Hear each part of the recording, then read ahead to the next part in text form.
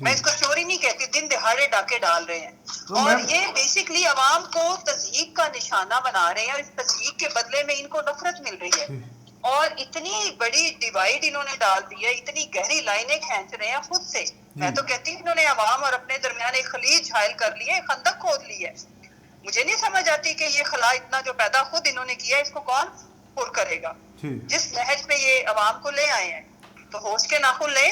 ایک جلسہ ہی ہے، ہونے دیں. اگر آپ کو زیادہ غصہ آیا ہوا تو اسے میری پاور شو کر لینا. اگر آپ کو لگتا ہے کہ آپ بھی اب بہت طاقتور ہے تو جلسہ کرے نا. جی میم، ان کا کچھ لیگی ارکان کا یہ بھی کہنا ہے کہ 22 اگست کا جلسہ اس لیے ملتوی کیا کہ کراؤڈ ہی نہیں تھا، پی ٹی آئی کے بانی پی ٹی آئی کی کال پہ لوگ ہی نہیں نکلے تھے. کیا یہ سچ ہے؟ بہت نالائق ہے، اور یہ اگر آرگومنٹ ہے نا تو ان سے اسٹوپڈ اور احمق میں نے دیکھا نہیں. احمق تو خیر راج کے ہیں. اگر ہمارا جلسہ مطلب یہ کیا چاہتے ہیں کہ پی ٹی آئی کا جلسہ بڑا سکسیسفل ہونا چاہیے اور اس وقت ہونا چاہیے جب ان زیادہ لوگوں کو بلا سکیں. بیوقوف لوگ ہیں نا، ان کے پاس دلیل بھی نہیں ہوتی عقل کی بات کرنے کی، ان کے پاس چج بھی نہیں ہے. مجھے یہ بتاؤ کہ اگر ہمارا جلسہ فیل ہو رہا تھا تو یہ تو اچھے سے فیل ہونے دیتے، اور پھر شام کو خوشی کے شادیانے بجاتے کہ دیکھیں جی لوگ نہیں آئے، جو کہ ان کے کچھ رہنماؤں کو عادت ہے کرسیاں گننے کی. سو اگر یہ بات ہے تو یہ کیا پی ٹی آئی کے ساتھ ان کو اور بانی پی ٹی آئی کے ساتھ عمران خان صاحب کے ساتھ اتنی محبت ہے کہ ان کا جلسہ کامیاب کرنے کے لیے اتاولے ہو رہے اور ہمیں زیادہ اگلی ڈیٹ دے دیتے ہیں تاکہ یہ زیادہ سکسیسفل ہو؟ مطلب حیرت کی بات ہے. تو میم کیا عمران خان صاحب کی ڈیل ہونے جا رہی ہے اسٹیبلشمنٹ سے؟ ابھی انہوں نے یہ بیان بھی دیا ہے کہ بات چیت کریں گے مگر ان سے جو فیصلہ کرتے ہیں. تو ادھر انہوں نے فیصلہ کرنے والے کن کو بولا ہے؟ یہ اسٹیبلشمنٹ کو بولا ہے؟ دیکھیں عرض سنیں میری. جی. عمران خان صاحب کو ان کے کانسیپٹس کلیئر ہیں، انہیں بڑی کلیئرٹی ہے. جی. انہیں یہ پتا ہے اگر انہوں نے ڈیل کرنی ہوتی نا، Imran Khan was the one جو ایک دن بھی جیل میں نہ ہوتے اور شاید رول بھی کر رہے ہوتے. میں بڑے بڑے دعوے کے ساتھ یہ بات کر رہی ہوں. تو میم اگر ڈیل نہیں ہو رہی تو ایک اعظم سیکنڈ میری عرض سن لو نا بیٹا، میری بات کمپلیٹ ہونے دو. جب 8 فروری کو نتائج آئے، خان صاحب کو کیا یہ آن ریکارڈ نہیں ہے کہ گورنمنٹ بنانے کی دعوت دی گئی تھی؟ یہ آپ کو پتا ہے یا نہیں؟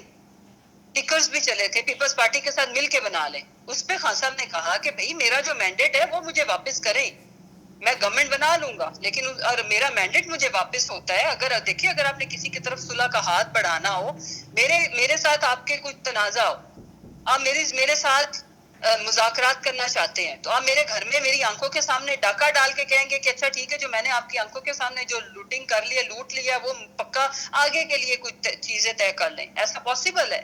ہمارا مطالبہ ایک ہی ہے. اس کو یہ ہمارے مخالف ڈھیل گئے جو ان کا دل کرتا ہے اس کا نام ایجاد کر لیں، ہمیں اسے کوئی فرق نہیں پڑتا. وہ ایک چیز ہے کہ ہمارا چوری شدہ مینڈیٹ واپس کریں. عوام نے بڑی مصیبتوں میں اپنے آپ کو ڈال کے، وہ عوام کی امانت ہے. ہم تو پی ٹی آئی تو الیکشن لڑ ہی نہیں سکی، ہم تو میدان میں ہی نہیں تھے، ہم تو جیلوں میں تھے، پہاڑوں میں تھے، یا ٹارچر سیلز میں تھے. ہمارے تو لوگوں نے الیکشن خود لڑا ہے، عوام نمائندے بھی عوام میں سے تھے اور عوام ہی ووٹ ڈالنے والی تھی. ہم کوئی الیکشن ڈے مینج کر رہے تھے، ہم کوئی کیمپین کر رہے تھے، ہمارا تو نشان ہمارے پاس نہیں تھا، ہمارے کینڈیڈیٹس کا ہمیں پتہ نہیں تھا.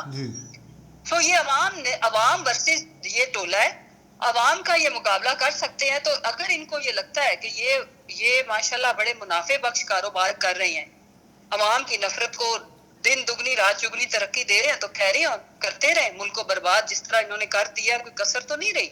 آپ نے کیسر بنگالی صاحب کی باتیں سنی ہوں گی، آئی ایم شیور. آپ سنیں ان کی ایک ایک بات. ہم کس بات پہ روئیں اس وطن کو؟ ہم تو عوام تو ریکارڈک کے دکھ سے ہی نہیں نکلی تھی ابھی.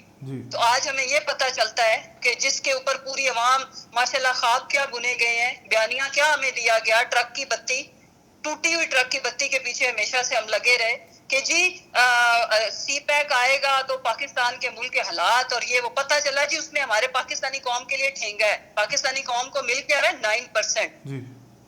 اور یہ کس نے معاہدے کیے، کیوں کیے، کیسے کیے، ان سے پوچھا جائے. سو اس لیے ہم یہ کہتے ہیں کہ عوام کے صبر کو مزید مت آزمائیں.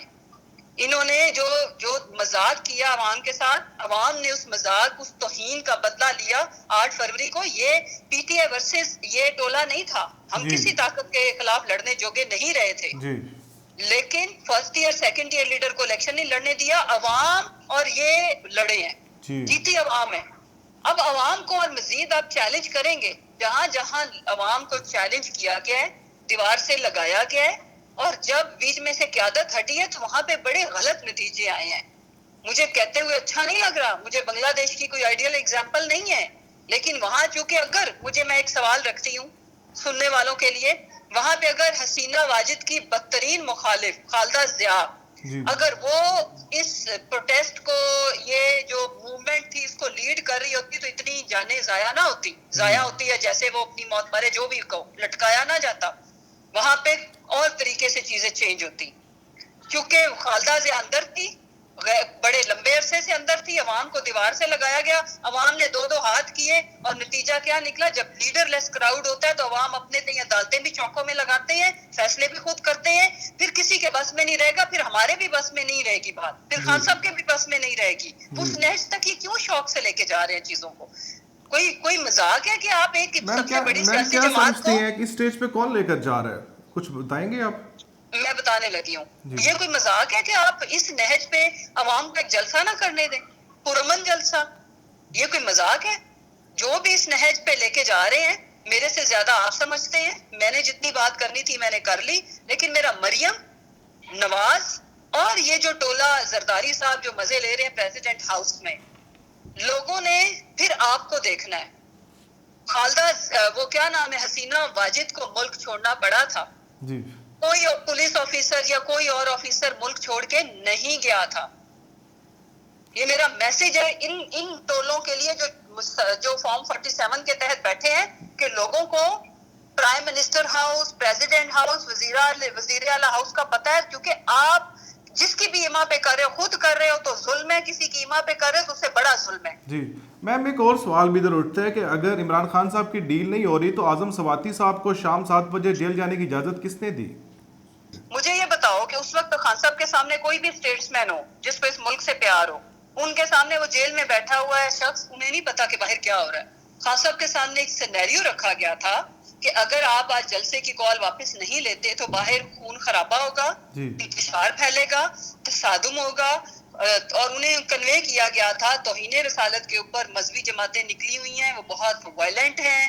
تو خان صاحب ایک جو محب وطن پاکستانی ہوگا، وہ کوئی بھی ہوگا، وہ کیا فیصلہ لے گا کہ میرا جلسہ تو آگے بھی ہو سکتا ہے، تو میں انتشار کا باعث کیوں بنوں؟ جی So that was not deal, it was Khan صاحب کا احسان جو انہوں نے ان سب پہ کیا. جی میم انہوں نے یہ ریکویسٹ کی، جی کمپلیٹ کر لو، انہوں نے ریکویسٹ کی اور انہوں نے اس ریکویسٹ کو آنر کیا اور بہت اچھا کیا، یہ جی اچھا فیصلہ تھا.